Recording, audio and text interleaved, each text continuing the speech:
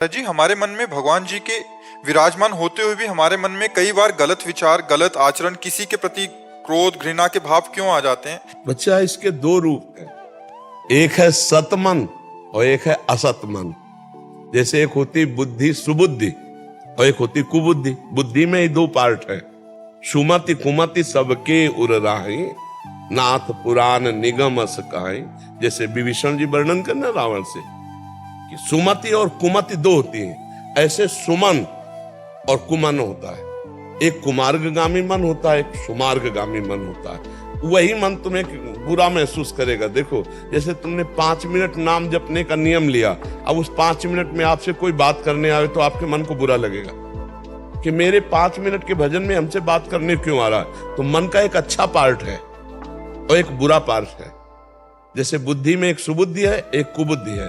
तो अच्छे पार्ट में भगवत भाव, सच्चाई की बातें भरी हुई, जितना तुमने अनंत जन्मों में किया है, और बुरे पार्ट में बुराई की है। ऐसा कोई नहीं है जिसमें अच्छाई ना हो, और ऐसा कोई नहीं है जिसमें बुराई ना हो।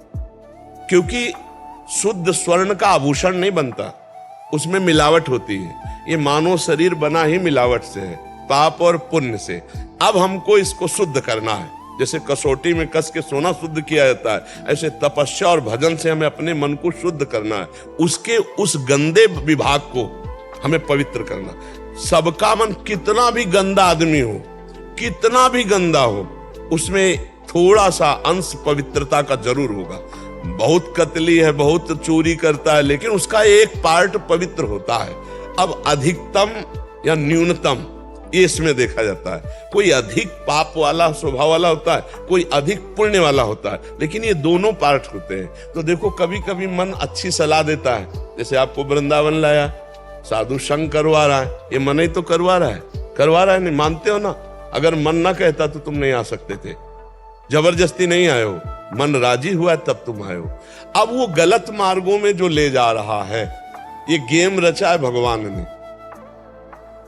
दो विभाग करके, एक सत एक असत। असत के आकर्षण से बच जाओ, सत में स्थित हो जाओ तो भगवान के पार्षद, और असत में स्थित हो गए तो फिर पुनरपि जननम पुनरपि मरणम पुनरपि जननी जठरे सहनम। अब कहते खेल क्यों रचा है, तो फोन करके भगवान से पूछ लेना क्यों रचा है। क्योंकि वो स्वयं से स्वयं की रचना की, किसी दूसरे की नहीं। वो आप भी वही हो।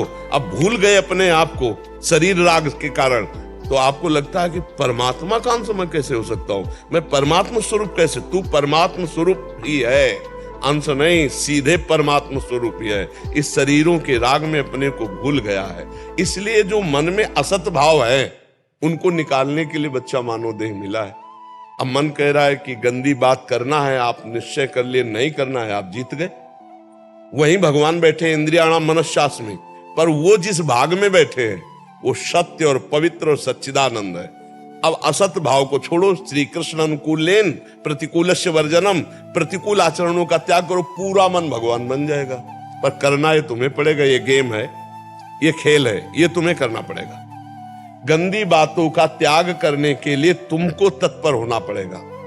जैसे अभी पीछे वाले में कहा कि हमें माया पकड़े, तो हमें बताओ कौन सी माया पकड़े, क्या पकड़े। आप पकड़े हो, आपको माया नहीं पकड़े, आप पकड़े हो। रुपया से आप प्रेम करते हो, स्त्री से आप प्रेम करते हो, शरीर से आप प्रेम करते हो, नाना प्रकार की वासनाएं, व्यसन आप करते हो। आपको जबरदस्ती किसने पकड़ा है? आपने सबको पकड़ रखा है। आप छोड़ दो, कहां माया है? कौन पकड़े हुए? आप ही शरीर राग से, आप ही नाना प्रकार के आचरणों से फंसे हो। तो समझ पा रहे हो बच्चा, ये खेल है। इस खेल में आपको जीतना है। नाम जप करते हुए, सत्संग सुनते हुए, हमें गंदे आचरण वाला जो पार्ट है मन को, उसको शुद्ध करना। अगर उसको शुद्ध कर लिए तो इंद्रियाणाम मनश्शास में, मन भगवान श्री कृष्ण, वही तुम्हें अनुभव हो जाएगा और आप परम पद के अधिकारी हो जाओगे, भगवत पार्षद बन जाओगे। अब जैसे योग्यता के बिना कोई पद मिलता है क्या? आप विचार, अयोग्य आदमी पद में बैठ भी जाए तो वो टिक नहीं पाएगा। तो ऐसे ही भगवान का जो परम पद है, वो परमेष्ठी ब्रह्मा के भी पद से श्रेष्ठ है। जैसे अपने भारत में राष्ट्रपति पद है, तो इससे श्रेष्ठ जो है देवलोक के पद है।